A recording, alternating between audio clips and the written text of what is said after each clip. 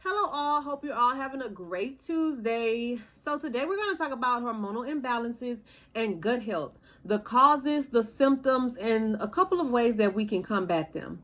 So hormonal imbalances is essentially your body's making too much or too little of any hormone that's present in your body. This is caused by unhealthy diets, stress, toxins, and just added weight. And so when I talk about unhealthy diets, I mean the diet that you've been on majority of your life, or the diet that you've been on for the last 6 months to a year, because it takes a while for your body to start really reacting to certain things. Sometimes it doesn't if you're kind of in the know about how your body reacts towards certain foods. But if you just eat and go and you aren't very knowledgeable about what you're supposed to be putting into your body and what you're not, your body can tell you, okay, you're eating too much sugar, you're eating too much sodium, you're eating too much of this, and so you need to kind of lay off of it. So unhealthy diets, processed food, junk food, fast food. Now, we talk about the processed food and the fast food the most because they're all high in preservatives. A lot of those companies put all kinds of added chemicals to those foods to preserve the shelf life of whatever we're consuming. So whatever chemicals the companies are putting into their foods, essentially it's getting into our bodies, which is causing the hormone imbalances and the gut issues. Also, a lot of these foods are high in sodium, high in added sugars, and these things put stress on our bodies.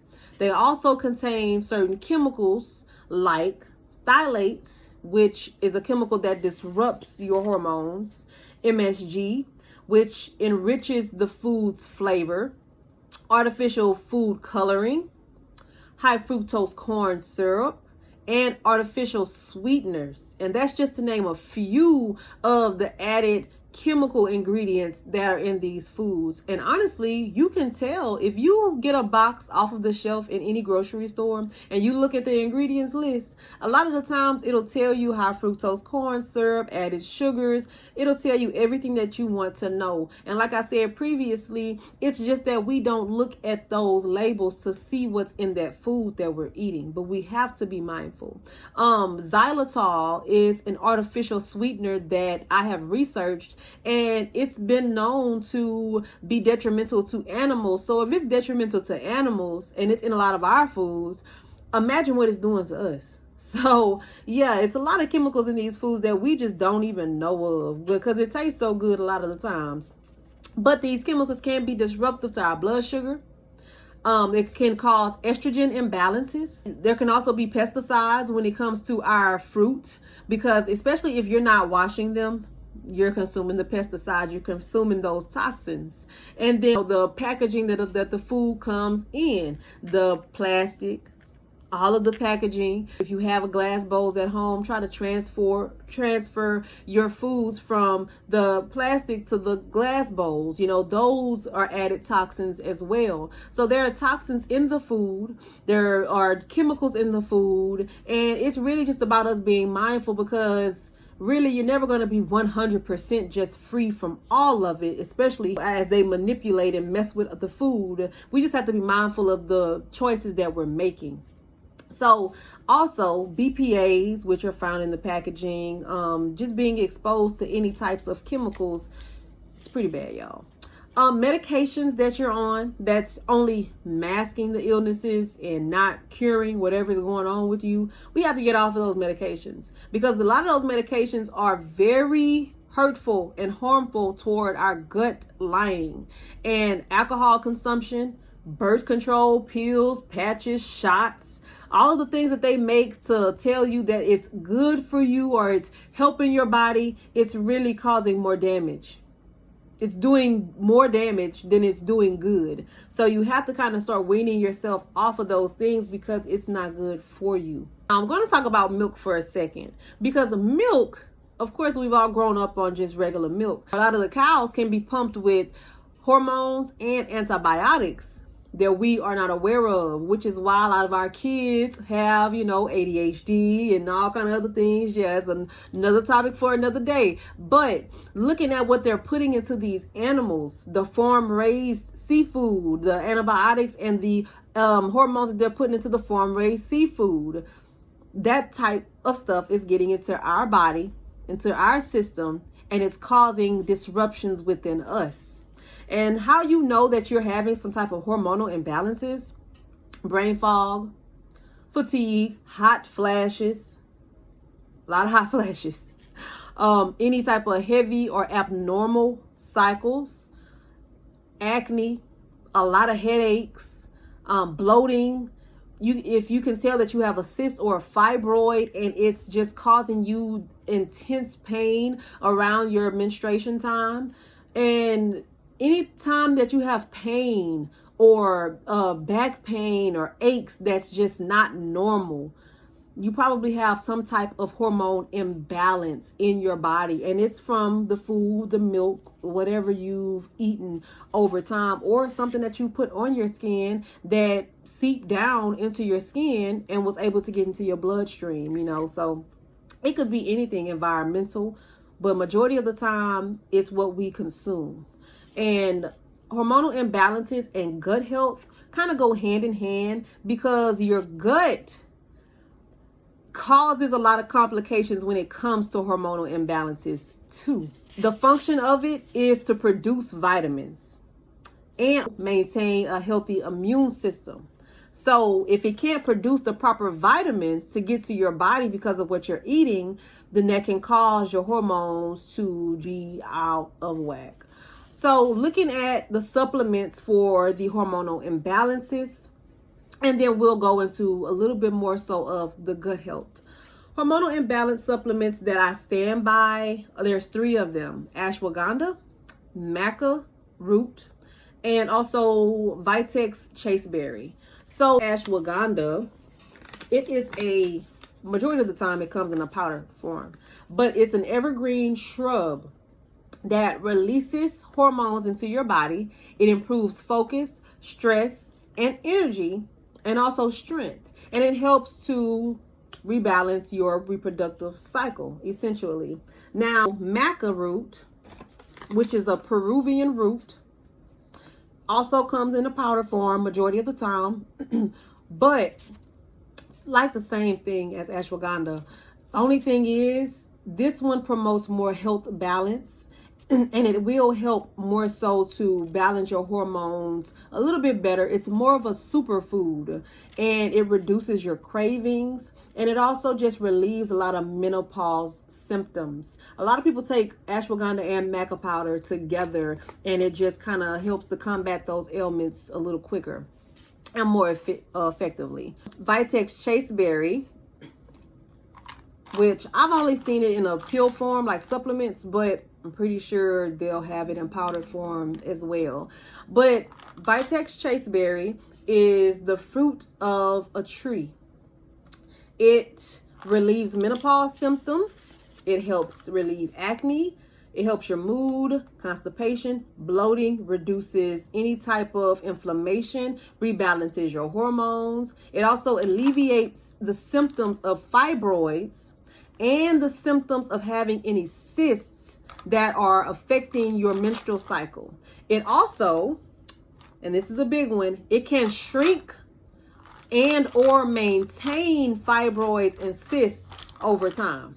So this is very good. It's kind of like even more of a superfood than maca powder. You could just take one of these rather than taking the both of those together. On the bottle, it says to take 2 a day for 4 to 8 weeks, depending on your body and how your body reacts, how quickly your body gets better with it. And then you kind of go and switch to 1 a day for however long you need to. But it's natural. All of these are, and they all work. So those are 3 supplements that you can take while you're switching your diet, getting off of those medications, changing your mindset about what you're eating and what you're taking, just taking those supplements to help with any ailments, any symptoms that you're having in relation to the hormonal imbalances. Looking at your gut health now, and how it does play a huge part in estrogen regulation and balance a lot of your hormones. Now, how you can know if you're having any type of gut issues is sleep problems, insomnia, fatigue, skin irritation, extreme food cravings, leaky gut, which, if to break that down just a little bit, it's when your gut has holes in the gut lining. So anything that you eat or digest, when it gets to your gut isn't able to digest that food as a whole. It digests it partially. So some of the food gets digested and some of the food ends up going in those holes. And when it goes into those holes in your gut lining, it gets into your tissue and it causes inflammation and it causes ailments in your body because your gut isn't properly digesting the foods. Your gut flora is thrown off because, of course, we have good and bad bacteria. But when we have a lot of bad bacteria in our gut, that's when you start to see those symptoms arise. This is caused by a lot of sugar. A lot of sugar. You're looking at your portion sizes, a lack of exercise, and a lot of alcohol consumption messes with your gut flora. Sugar, from what I know, is as addictive as cocaine. And that was on a documentary, and I know it's true because a lot of people, including myself, can't get enough of it. You have to watch your sugar levels. You have to watch your sugar intake. Whenever you're looking at those boxes, just making sure that you're not consuming too much because it's in everything. Try to just go for more of the natural sugars. That'll be better for you. It doesn't happen overnight, but it happens over time. So what can you do to help with these gut problems? Well, replacing your sugary drinks is one thing. Instead of that soda or the Kool-Aid, try sparkling water, or fruit infused water in which you can put or cut up some strawberries, blueberries, cucumbers, put them in a jug, put you some filtered or spring water in that jug with those fruit, allow it to sit overnight, and the nutrients from that fruit will get into that water, and then you can drink that next morning for at least the next 3 to 5 days, and you will receive all the nutrients in the water, and it'll be a good, healthier alternative rather than just drinking, sugary drinks all the time. Looking at those sugary cakes, cookies, packaged items, watching your portion sizes. Instead of you eating these 2 enchiladas with the beans, with the rice, and the quesadillas, and just watching what you're eating, because it makes a difference. When your body tells you that's enough, just stop eating. And you'll know when your body tells you enough if you're eating at a slower pace, because a lot of times we just wolf down food. We don't even think about what it's doing to us. But just taking your time, eating, enjoying your food, your body, you'll be able to understand your body a little bit more when you're paying more attention to it. So looking at your diet, incorporating those fruits and vegetables and those lean proteins and more low-fat dairy, because if you're into whole milks, just try to cut it down to 2% if you can, and then go to 1%, go to non-fat dairy, go to almond milk. Just trying alternatives, because your gut, again, affects almost every hormone. So trying these foods instead of whatever you're consuming now. Yogurts, if you're seeing some issues with your gut, Greek yogurts are really good when it comes to getting that good flora back into your gut. Now, this is what I eat with my fruits and granola now. But when I was trying to get my gut in check, I would get Chobani Greek yogurt, non-fat. I believe it was non-fat, non-dairy. It had about 2 grams or less of sugar in it. But it had a lot of healthy bacteria in it. Like 13 types of bacteria that was supposed to help with your gut. And that's why I bought it, because it did help. And it was a little bitter with the taste, but all you have to do is try any fruit, mango, whatever you like. Cut it up, put it in that yogurt, and just eat it. Once you change your mindset about how that food tastes and just know that food is good for you, it'll be easier to eat. And honestly, you don't even have to do that. Add your yogurt into a smoothie. If you don't like the taste of it, add it into a smoothie. And in that smoothie, put you some strawberries, blueberries, any type of fruit in it. Coconut water. Instead of almond milk or milk, try coconut water. In order to sweeten it up, if you need to, put honey in it. Or agave. Agave is a good alternative to regular sugar. Only has 5 calories. It's organic. A lot of people use this in their smoothies, fruit bowls, whatever they want to, whatever calls for sugar or liquid sugar anyway, you can use agave. And those are a few alternatives just for the yogurt portions of it.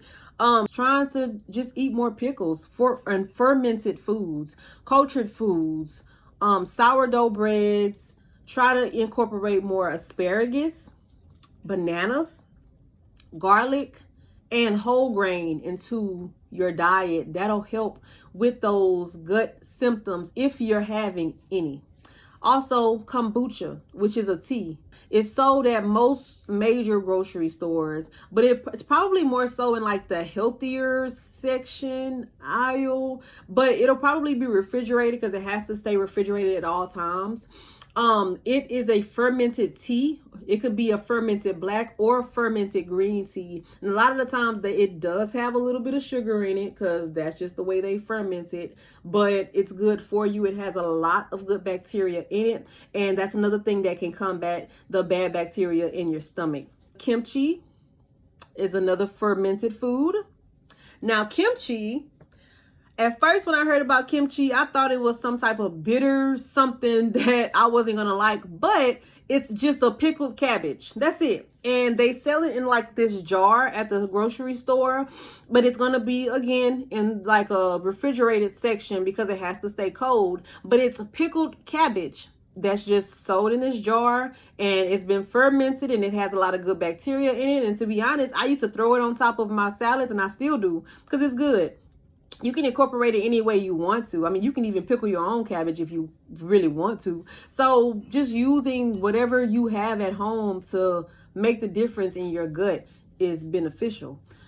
Adding more fiber to your diet, more beans, so that you can cleanse that gut out the proper way. You should see some changes over time in what you're eating and how your body is responding to what you're eating. Also, avoid antibiotics if you can. If you don't have an infection and you don't need to be on antibiotics, avoid it. And if you are on antibiotics or you have to take antibiotics, while you're taking that antibiotic, have you some Greek yogurt at home and either green tea or black tea to help, because antibiotics take away all of your good bacteria in your gut. So just have something on hand. If you have to go and get antibiotics for anything, have Greek yogurt at home ready to go, have fruit cut up, have everything that you need during that time that you have to take those antibiotics, because while you're taking away the bad or the good bacteria with the antibiotics, you can be putting back the good bacteria into your gut. And so you won't have to have the gut issues after you take the antibiotics. So those are the things that you can do to combat gut issues, and those are the supplements that you can take to combat the hormonal imbalances. Now, just looking at the complete and full view of everything, when it boils down to it, it's all about what you put into your body. It's about your diet. It's about you exercising or a lack of exercise. So limiting your caffeine. That can be hard for some people because it was hard for me at first. And just trying to balance that diet out, exercising and figuring out what exercises, what cardio is going to work for you, and learning how to manage your stress. Those things can help you get started.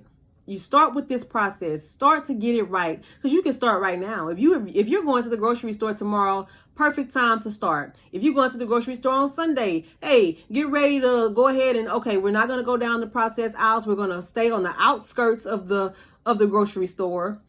And that's what I maintain in my mind. When I go grocery shopping, I stay on the outskirts of the grocery store, because when you start going down those aisles, if you're not grabbing rice and beans and stuff like that, all you see is processed stuff. All you see is just bags and boxes of things. And so when you don't have to go down the aisles as much, you don't get as much processed foods. So keep that in mind whenever you're at the grocery store. Eat more eggs, avocados, just healthy fats. Those are healthy fats, healthy proteins, nuts and lentils, green teas, like I've mentioned. Matcha teas is another good one. And you can find that in a powdered form as well. And you can add that to your regular tea, or you can just make it as a tea itself.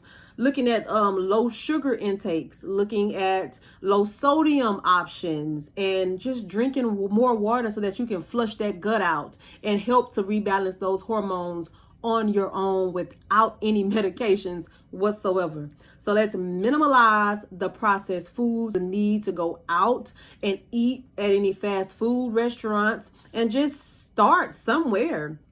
You know, instead of grabbing that lean cuisine, go home and make you a good meal prep. If you're the person that's on the go all the time, find some time within your week to meal prep if you need to go to the grocery store and cook for yourself. If you don't know how to cook, get on YouTube and learn. There's so many very simple recipes that you can use that can help you, and it will go a long way over time, rather than you going to spend money at a restaurant where you don't know where that food is coming from. So just know where your food is coming from, at least some of it, and just, you know, and when you're eating it, just think about it differently. Like, okay, well, I'm eating these nuts because I want my gut to be better. I'm eating this lettuce and these tomatoes today because, hey, I'm incorporating this into my diet, and because of it, my gut is going to heal itself and my hormones are going to balance. So make your own stuff at home. Get you a good scratch recipe, something simple. Get you a good sugar cookie recipe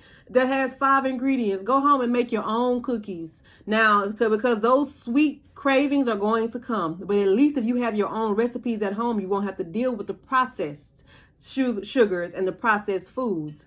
Bakery breads instead of going down the bread aisle, or trying to create your own recipe for your bread so that you can bake at home.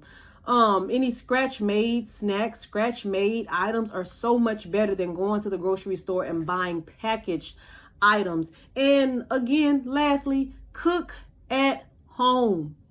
I know that you're going to have that one time probably out of the month that you're going to go out and go get something to eat. Hey, we're human. Try to incorporate these new techniques into your daily plans, because we have to be mindful about what we're putting into our bodies, especially when we're getting off of these medications and we're just trying to do some more holistic healing in our lives. So hopefully these tips can help someone today, because Lord knows they've helped me along the years. If you guys have any questions, need any help with any recipes, or whatever the case may be, just comment, message me, whatever you need to do, and I will be more than happy to help. You guys have a great week. Thank you so much for watching.